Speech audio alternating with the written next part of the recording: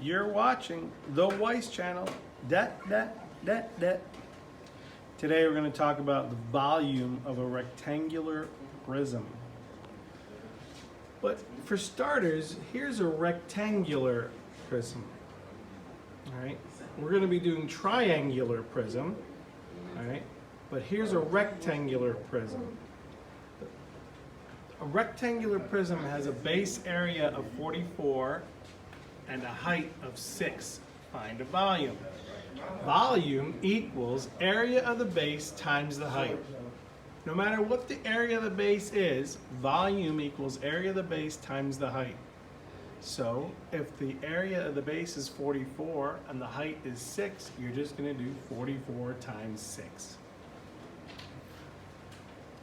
Well, a triangular prism is also going to be area of the base times the height. In this case, if it tells you that the area of the base is 28.7 and the height is 11, then it's just 28.7 times 11. And there's your answer. Okay. We're going to come back to this, but don't forget that the area of a triangle is 1/2 base times height. Over here it says the triangular prism has a base area of 42 and a volume of 462. Find the height. Once again, volume equals area of the base times the height. Well, if you're given the volume and the area of the base, to find the height you have to divide by 42, right? Give you 11. Over here, the triangular prism has a height of 14 and a volume of 301. What's the area? Once again, volume equals area of the base times the height. This time you're going to divide by 14. Divide by the height to get the area of the base. It's 21.5. Okay. Now, here is where you have to do a little extra thinking, okay? Here it says you're going to have to solve for x, all right? And x is the base of the triangle, all right? And first of all, before we do that, I'd like you to look over here. Here is a triangular prism, okay? Now, the base of the triangle is 8. The height is 10. But if I want to know the height of the prism itself, the height of the prism is 7. Okay?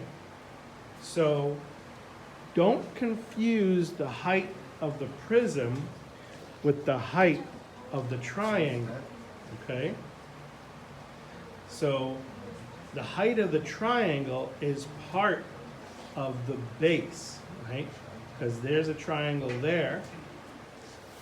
And there's a triangle there, right? There's two bases, but to find a volume, you just take the area of one base times the height. In this case, 10 times 8 is 80. Half of that is 40.